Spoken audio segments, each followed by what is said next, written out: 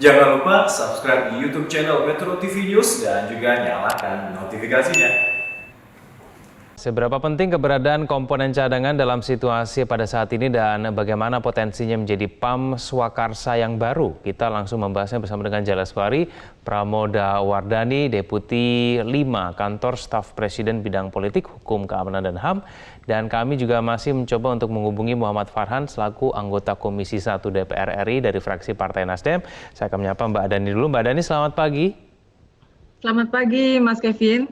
Ya, Mbak Dani, berbicara mengenai komponen cadangan, ini urgensi.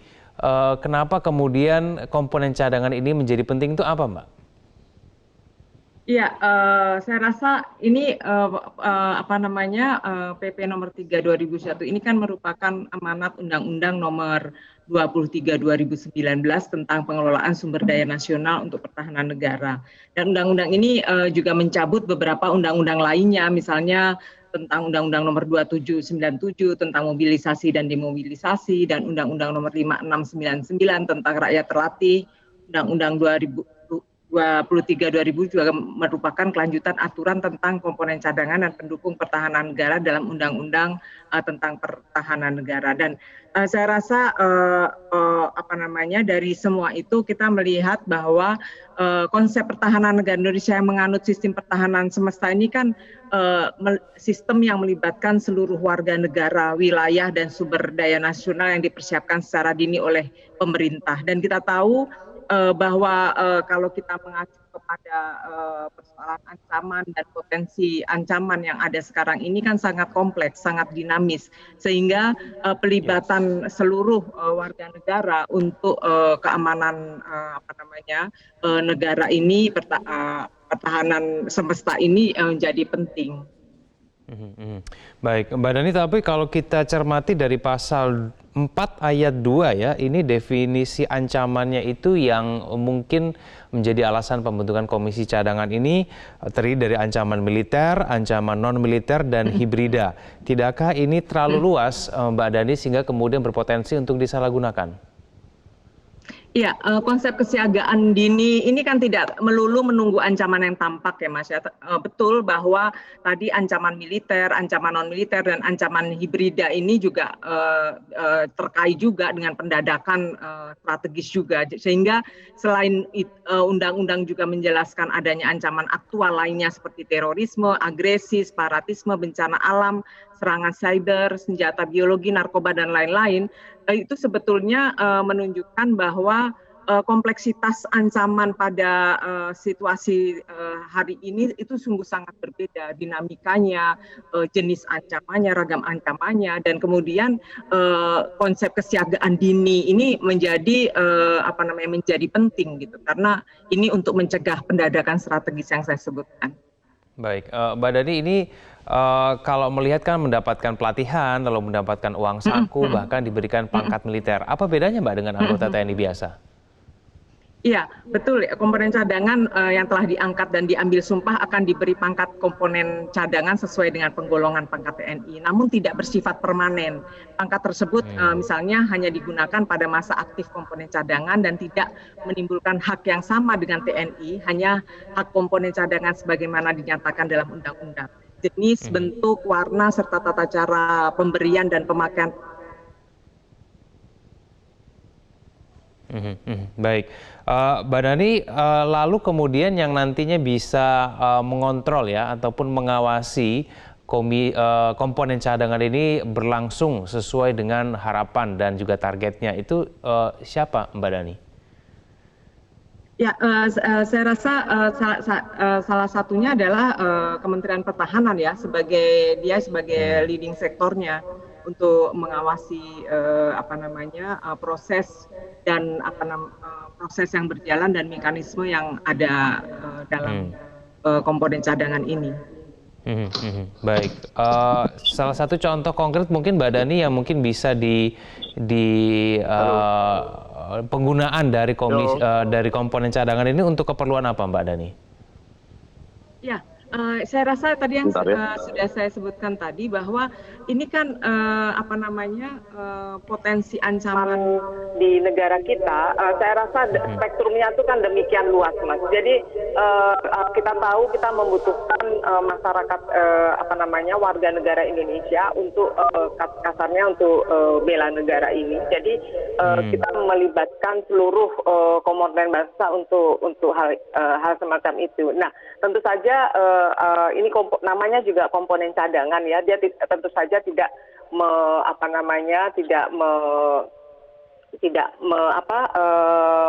mengambil alih fungsi TNI gitu ya. Jadi dia memang komponen cadangan ini memang dipilih dari sipil yang terdidik dan terlatih. Jadi tidak dia memang memiliki persyaratan khusus, misalkan umur dari 18 sampai 35 tahun dan golongan terdidik dan secara sukarela. Itu kan seperti yang disampaikan oleh Menhan waktu November 2019 kalau tidak salah. Jadi sebetulnya Mas, ini PP ini nanti akan ditindaklanjuti dengan peraturan menteri. Oke, tapi aturannya sudah cukup detail dan jelas, Mbak Dani, mengenai pembentukan komponen cadangan ini sehingga kemudian bisa sama-sama diawasi, bisa sama-sama kemudian dicermati begitu ya penggunaannya sesuai dengan tepat sasaran. Ya, kawan-kawan DPR juga pasti itu akan juga ikut mengawasi juga, Mas Farhan contohnya. Oke, baik. Mbak Dani, kita akan mencoba untuk diskusi dengan Kang Farhan nanti usai jeda. Kita akan coba untuk menghubunginya. Pemirsa jangan kemana-mana, kami akan kembali usai jeda berikutnya.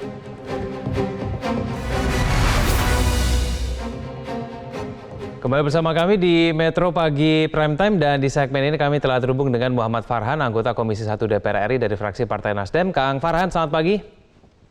Selamat pagi Kevin, selamat pagi Madani, semoga sehat semuanya. Assalamualaikum warahmatullahi wabarakatuh. Waalaikumsalam, terima kasih Kang Farhan telah bersama kami pada pagi hari ini. Kang Farhan, banyak yang khawatir bahwa komponen cadangan ini bisa menjadi ancaman untuk kebebasan berekspresi, berefek negatif bagi demokrasi karena kemudian warga sipil dilatih dan dilibatkan dalam bela negara. Tanggapan Kang Farhan? Saya kira itu merupakan kekhawatiran yang agak berlebihan. Karena bagaimanapun juga komponen cadangan ini sebetulnya sebagai wujud dari konsep bela negara yang memang sempat dicanangkan sejak 2014 yang lalu. Nah, komponen cadangan ini bentuk realisasi yang lebih fisikal, yang bisa lebih dimengerti karena memang dituntut sebuah kesukarelaan dari masyarakat sipil yang ingin ikut menjadi bagian dari pertahanan keamanan bela negara. Namun memang mekanismenya harus betul-betul diawasi karena bukan tidak mungkin nanti akan disalahgunakan. Sementara itu kita juga tahu bahwa tanpa adanya Komcat ini tiba-tiba aja semua organisasi masyarakat tiba-tiba jadi kayak punya pasukan, Pak. Dan ini mengkhawatirkan sebetulnya. Yeah. Walaupun pada dasarnya hanya terlihat seperti berpakaian ala tentara lah, seragamnya loreng atau seragamnya persis seperti pasukan khusus dan lain-lain. Yeah. Nah, tentu tujuannya adalah untuk kemudian melakukan semacam tanda kutip penyeragaman ideologi dari tanda kutip lagi pasukan-pasukan ini gitu. Nah, saya kira hal ini memang merupakan salah satu hal praktis atau tujuan praktis yang harus dicapai oleh kebijakan dari pengoperasian Komcat ini. Nah, untuk itulah saya pikir kita harus betul-betul mengawasi bagaimana bentuk operasionalisasinya dan penerapannya di lapangan. Tapi bentuk pengawasannya seperti apa, Kang Farhan? Bagaimana kemudian kita bisa sama-sama mengawasi begitu ya, mungkin khususnya Kementerian Pertahanan begitu ya, bahwa Komcat ini betul-betul digunakan sebagaimana mestinya. Mengingat kalau kita cermati dari pasal 4 ayat 2 ini ancaman yang dimaksud ini terlalu luas. Jadi kemudian potensinya bisa membuat konflik horizontal di masyarakat nantinya, Kang Farhan? Gini, sebetulnya yang paling operasionalnya yang paling memungkinkan untuk masalah pengawasan adalah membuka kesempatan kepada anggota DPR RI misalnya untuk ikut dalam perekrutan. Karena gini, anggota DPR RI ini kan dipilih oleh masyarakat. Dan masyarakatnya ini tentu sampai sekarang masih dibina. Nah, sehingga pada saat bersamaan anggota DPR RI bisa melihat langsung bagaimana bentuk perekrutan dan pembinaannya. Satu. Kedua, anggota DPR RI tidak semuanya pro pemerintah.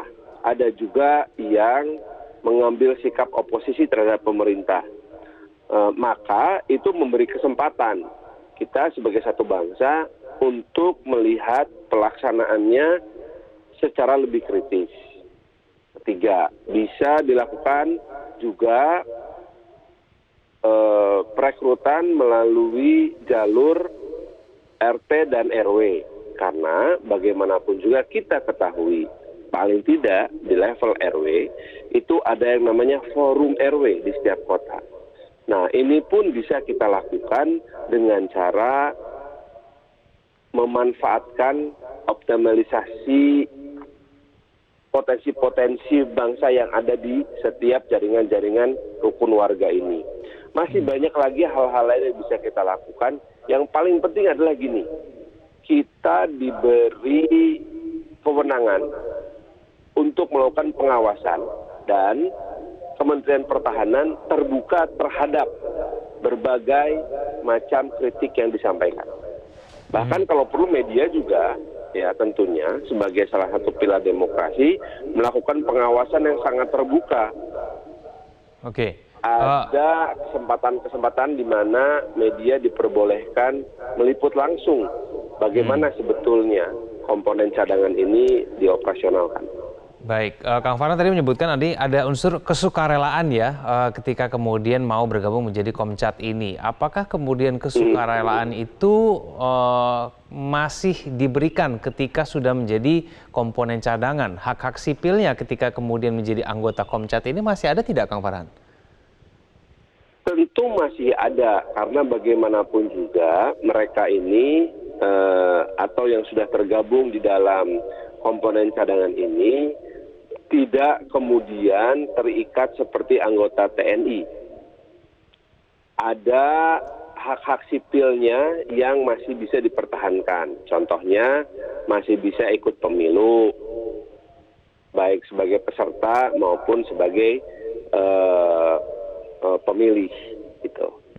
Nah, itu salah satu hal yang mau kita pastikan bahwa itu masih terjadi. Namun bukan berarti bahwa tidak ada titik kritisnya di situ. Saya sih kekhawatirannya adalah bukan masalah kebebasan berekspresi yang akan dibungkam. Yang saya khawatirkan adalah bagaimana nanti justru kita harus memastikan komponen cadangan ini menjadi komponen bangsa yang netral, jangan sampai dikuasai oleh satu kekuatan tertentu yang malah menjadikan ini sebagai kesempatan untuk merekrut ke dalam organisasinya sehingga jadi besar sekali. Nah, ini yang mesti kita awasi bersama-sama. Saya kira dalam kondisi sekarang sebagai salah satu negara demokrasi terbesar di dunia, komponen cadangan bisa dikatakan tidak mungkin bisa dijadikan instrumen untuk membungkam ekspresi masyarakat.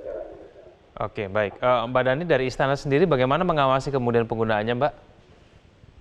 Mungkin sebelum itu saya ingin mencoba untuk mengingatkan kembali bahwa PP ini kan merupakan peraturan pelaksanaan dari Undang-Undang PSDN. Dalam Undang-Undang PSDN yang disebut ancaman terdiri dari ancaman militer, non-militer, dan hibrida. Terkait ancaman non-militer dan hibrida ini, apakah justru pertanyaan kita keberadaan Komcat ini justru bisa memicu konflik horizontal seperti yang tadi disebutkan itu. Potensi konflik horizontal ini kan muncul karena justru tidak ada aturan perundang-undangan yang dilatar belakangi semangat demokrasi dan ketentuan pengendalian yang ketat. Karena itulah Undang-Undang Nomor 23 lahir dan PP Nomor 3 2021 dibuat untuk memastikan apa yang menjadi kekhawatiran dapat diantisipasi. Saya pendapat dengan Bung Farhan bahwa ada hal-hal yang menjadi pertanyaan publik selama ini perlu dijawab dari dalam PP, terutama juga yang turunan yang lebih detail lagi, yaitu peraturan Menteri Pertahanan. Justru hal-hal semacam ini, Mas, yang menjadi concern kami semua. Pertama, kekhawatiran tentang ini akan menjadi seperti yang disampaikan Bung Farhan tadi, memang belum terlihat dalam undang-undang maupun turunannya, tetapi memang harus didetailkan di Permenhannya itu, Mas. Jadi peraturan Menteri Pertahanannya itu. Jadi kekhawatiran yang tadi disampaikan itu tidak terjadi. Karena kita tahu kan. Langsung ke Kang Farhan. Aturan turunannya belum jelas, Kang Farhan. Fungsi DPR bagaimana? Tentu kita akan melakukan memastikan lah ya, mendesak kepada Kementerian Pertahanan agar segera membuat peraturan yang lebih detail. Jadi di Komisi 1 sendiri keberadaan Komcat ini kita harapkan sebetulnya dalam konteks secara praktek nih, salah satunya yang paling praktis adalah bagaimana Komcat ini ketika direkrut, diberi pendidikan, lalu dimanfaatkanlah tenaganya untuk misalnya pengelolaan food estate, salah satunya gitu. Jadi kita bayangkan aja bahwa food estate ini sebagai salah satu strategi kita untuk bisa memenuhi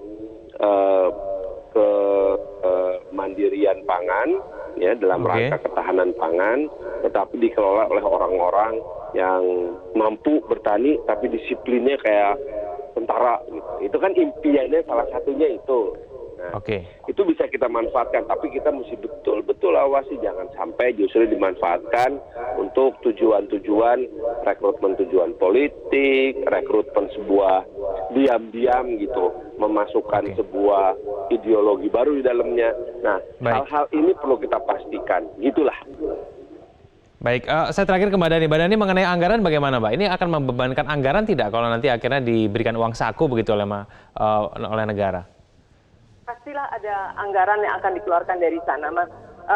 Sekali lagi, kita memang sedang menunggu Permenhannya. Pada tahap awal misalnya, dulu Kementerian Pertahanan kan menargetkan bahwa ada 25.000 personil. Namun banyak detail teknis program Komcat masih menunggu peraturan ini gitu. Dan kemudian kalau kita melihat bahwa saya lebih melihat gini, apa sih bedanya Komcat di Indonesia sama Komcat di negara lain gitu ya? Karena kalau bicara anggaran pasti kita masih menunggu itu, Mas. Apalagi berapa ribu, benar nggak 25.000 personil yang akan direkrut dari umur 18 sampai 35 tahun seperti yang disampaikan oleh Menhan di awal-awal itu. Dan kemudian pastilah dari sana akan dihitung berapa pengeluaran untuk macam-macam pelatihan dan lain-lain itu. Nah, kalau sebetulnya pembentukan Komcat ini kan sekali lagi ini kan merupakan bagian dari pembangunan sistem pertahanan negara yang bersifat semesta, yang harus disiapkan sejak dini oleh pemerintah. Dan kita memang ketinggalan beberapa tahun, Mas, karena sebetulnya Komcat ini sudah dibicarakan sejak zaman Presiden SBY misalnya. Dan Komcat sebetulnya dibentuk akan menjadi military reserve force yang sebelumnya tidak ada bagi Indonesia. Dan kemudian kalau kita melihat Komcat juga akan menjadi force multiplier bagi TNI sebagai komponen utama pada arena geopolitik global dengan mengandalkan kekuatan rakyat. Nah, program Komcat ini juga harus dipandang sebagai kesempatan dan peluang untuk memfasilitasi knowledge dan skill transfer serta membangun pengertian lebih dalam antara sektor sipil dan swasta. Kita tahu bahwa selama ini bicara pertahanan itu pasti yang akan bicara itu ya Kementerian Pertahanan, Mabes TNI, kemudian DPR Komisi 1 seperti Mas Farhan ini. Tapi ini menjadi pemahaman bersama bagi sipil tentang seluk-beluk keamanan atau pertahanan negara ini. Dan sebetulnya ada ini juga, Mas, keunggulan Indonesia dari negara-negara lain yang melakukan saja, Mbak Dhani, waktu terbatas. Konsep ini ya satu adalah sukarela itu. Jadi kesukarelaan itu menjadi kata kunci itu, Mas. Baik, Mbak Dhani dan juga Kang Farhan, kita sama-sama mengawasi penggunaan dari komponen cadangan ini. Semoga kemudian tidak berefek negatif bagi kebebasan demokrasi kita. Terima kasih Kang Farhan dan juga Mbak Dhani telah bergabung sama kami di Metro Pagi Prime Time. Selamat pagi.